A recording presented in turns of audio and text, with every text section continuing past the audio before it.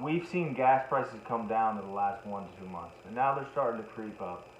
And as I said in a video a couple weeks ago, gas prices are going higher.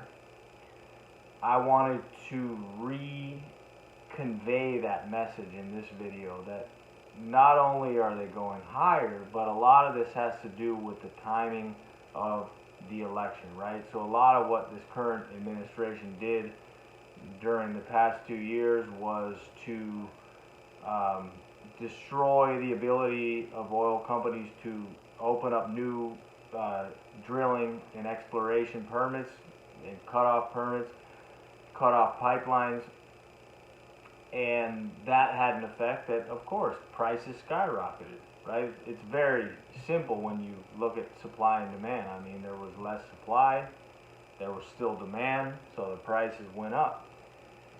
And then the plot thickened, and the Strategic Petroleum Reserve, which has historically been reserved for emergencies, has been getting drained at historic rates.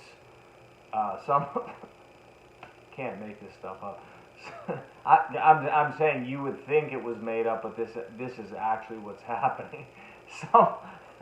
Some of it was sold to China, and the Strategic Petroleum Reserve, the SPR, is at a historically low level, right? So in the event of any war, and hey, there's war starting in Europe, I think this might be something of concern. I think some people see that, but some people who have, power over the decisions that are being made don't see that or don't care to see it. But something we might want to have a solid stockpile of is petroleum, because in a war, you don't continue a war without stockpiles of petroleum. How was Japan baited into their attack on Pearl Harbor? U.S. sanctions, cutting off their petroleum.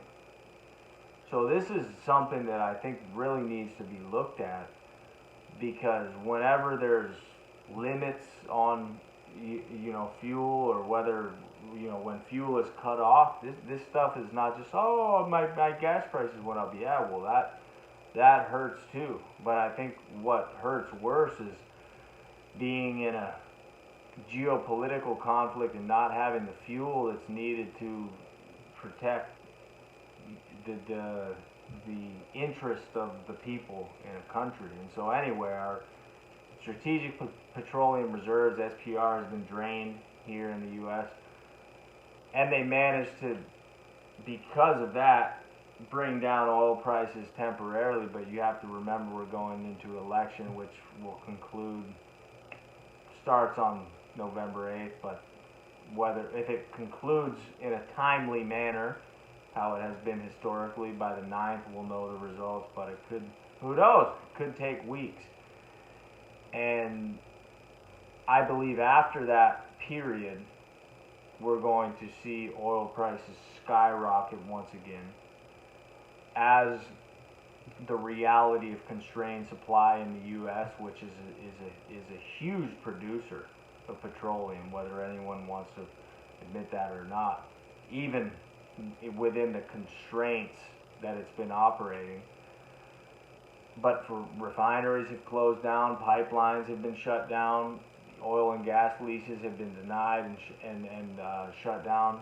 So despite all that, the U.S. is a huge producer, and there are huge constraints on the supply, which again equals an increase in prices. But I think a lot of this has been suppressed leading up to the election.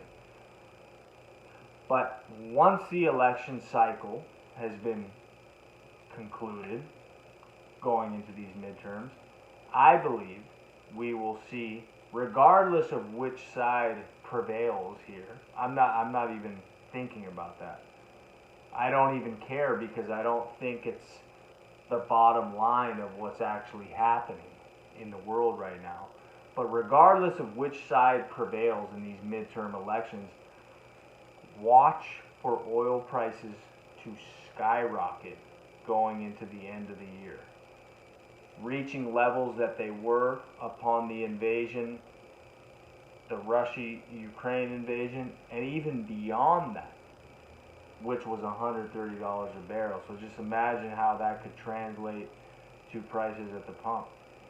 And I hope I'm wrong, really. I hope I'm wrong, but if you look at economics and you look at what's going on right now in the world, that tends to be the picture that's being painted. So thank you for watching this video.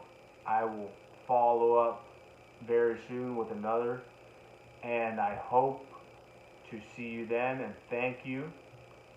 This is fun to do, and these are topics that I tend to just study in my spare time. So I think, why not just convey some of these topics and share them with people, and hope it makes people a little bit better prepared for where we are and where we're going. So thank you, and I'll see you in the next video.